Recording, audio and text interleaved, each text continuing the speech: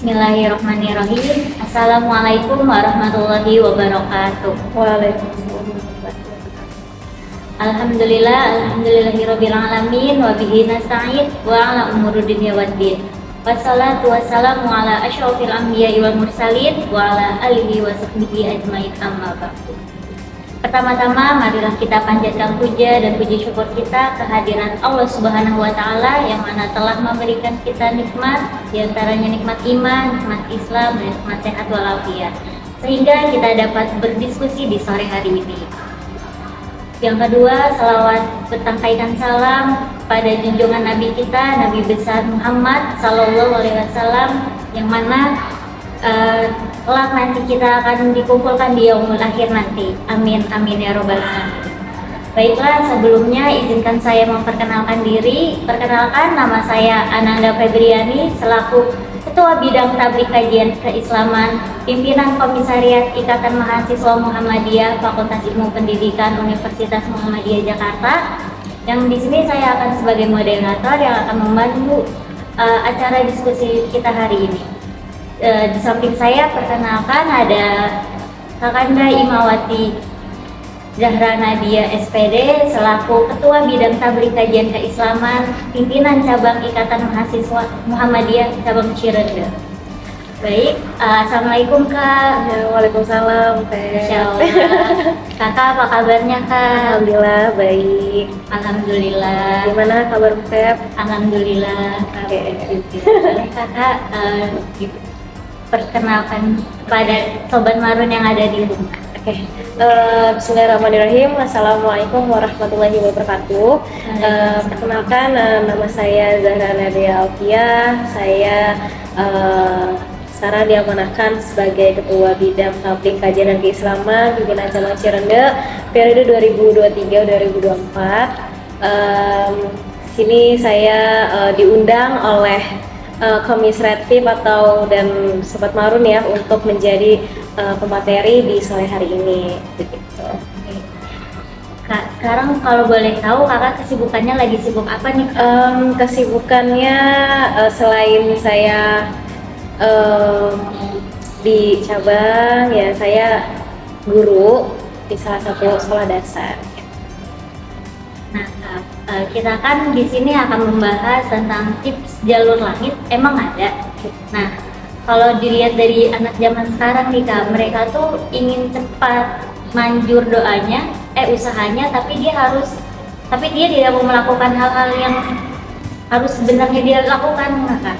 Menurut Kakak, jalur langit itu ada nggak sih Kak? Kalau menurut aku ya, tips jalur langit itu pasti ada, gitu kan? Karena anak zaman sekarang atau kaum muda sekarang itu kan pasti kayak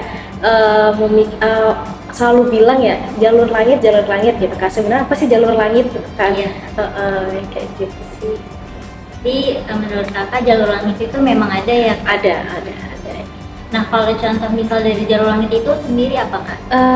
Untuk jalur langit ya, gimana sih kita bisa memaknai jalur langit itu apa ya? Jalur langit itu kan sebagai bentuk usaha ya, usaha seorang muslim itu bagaimana dia itu, bagaimana kita bisa mencapai tujuannya dengan mengharapkan ridho Allah gitu kan. Sama sepertinya dengan surat Al-Jumu'ah ya, ayat 10 yang isinya tentang ketika kamu sudah melaksanakan sholat, maka bertebarlah kepada manusia gitu kan, yang artinya ketika kita memang sudah melaksanakan kewajiban yaitu sholat, kita jangan lupa untuk menebarkan, kayak misalnya kita berusaha untuk mencapai apa yang diridhoi oleh Allah Subhanahu wa taala. Misalkan ya kita ingin mendapatkan universitas terbaik gitu kan, misalkan, atau kita analogikan sebagai misalkan kita ingin mendapatkan mainan ya, misalnya kita sebagai anak kecil, ketika kita sebagai anak kecil kan kita belum bisa membeli dengan uang kita sendiri, jadi kan kita mintanya ke orang tua ya. Jadi kadang orang tua itu nggak semata-mata ngasih mainan kan ke kita, jadi kadang-kadang orang tua itu kan ada syaratnya ya untuk beli mainan, misalkan kayak kamu harus belajar ya, kamu harus harus dapat nilai segini ya gitu kan. Itu suatu bentuk usaha ya, anak kecil itu biar dia tuh bisa mendapatkan mainan tersebut. Sama halnya dengan kita, kayak misalkan kita ingin mendapatkan nilai bagus atau mendapatkan universitas yang terbaik gitu kan, sama halnya kita nggak hanya berusaha kayak fisik kita, tapi untuk ibadah kita, hubungan kita sama Allah kan juga harus diperbaiki dan harus benar-benar amalannya tuh harus benar-benar ya dikerjakan seperti itu. Berarti kalau menurut kakak itu usaha sama doa itu juga harus seimbang. Iya betul, doa dan usaha itu juga harus seimbang. Perlu. Oke Kak, kita lanjut pertanyaan selanjutnya ya Kak. Nah dari tadi kan kakak udah harus bilang kalau usaha itu harus selalu beriringan dengan doa ya Kak. Nah ada nggak sih yang hal yang kakak lakuin itu kayak amalan yang harus yang suka kakak lakuin itu? Oke. Nah, sebenarnya untuk amalan itu pasti ada ya, semua orang mungkin cara untuk kita mengamalkan mungkin beda-beda setiap orang gitu kan. Kalau aku sendiri untuk mengamalkan doa-doa itu yang pertama itu pasti jangan lupa kita tuh melibatkan Allah. Jadi apa yang setiap kita lakukan itu, apa yang kita tuju itu kita jangan lupa untuk melibatkan Allah. Kayak misalkan kita yang misalkan mau main atau mau ke kajian atau mau melaksanakan sesuatu atau perkuliahan, menuntut ilmu, itu jangan lupa kita libatkan Allah SWT. Karena insya Allah kalau misalkan kita pertama kita libatkan Allah segala sesuatu yang kita lakukan, insya Allah nanti Allah akan mudahkan, Allah akan lancarkan gitu. Terus yang kedua biasanya ini sih rutin sholat sunnah gitu kan, kayak sholat sunnah duha, tahajud gitu, atau sholat sunnah qobliyah ba'diyah gitu kan, itu insya Allah pasti dilancarkan lah, dimudahkan gitu kan. Terus yang ketiga adalah jangan lupa untuk menebar kebaikan gitu kepada orang. Jadi selain dua tadi itu kita menebar kebaikan, dan jangan lupa kita harus bisa ya memaksimalkan untuk dari diri kita sendiri gitu kan, harus mencontohkan yang baik pada orang lain, terus bertutur kata yang baik kepada orang lain gitu. Terus yang ketiga adalah jangan lupa kita bersedekah gitu kan. Kan di sini bersedekah itu bukan berarti tentang materi ya. Jadi kita senyum kepada orang atau orang tua itu kan juga salah satu kita bersedekah gitu kan. Selain itu juga kita misalkan kita sisihkan, misalkan ada kan kalau misalkan kita ada sedekah subuh namanya gitu kan. Jadi setiap kita sholat subuh itu sisihkan minimal ya, terserah sih kalian, minimal mau gede atau mau minimal kecil, itu sebisa mungkin kita sisihkan untuk sedekah setelah sholat subuh. Seperti itu kalau untuk aku sih kayak gitu. Kan tadi kakak sudah ngasih tips dan triknya ya Kak ya, cara betul. mengamalkan dan apa aja yang harus diamalkan.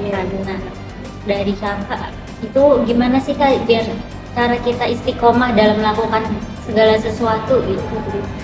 Sebenarnya kalau istiqomah memang berat banget ya, yang berat. Nama istiqomah itu nggak ada yang mudah, emang pengucapan aja yang mudah, cuma kan kita melaksanakan atau apa namanya pada praktiknya tuh susah banget gitu kan. Yang tadi aku bilang untuk istiqomah dalam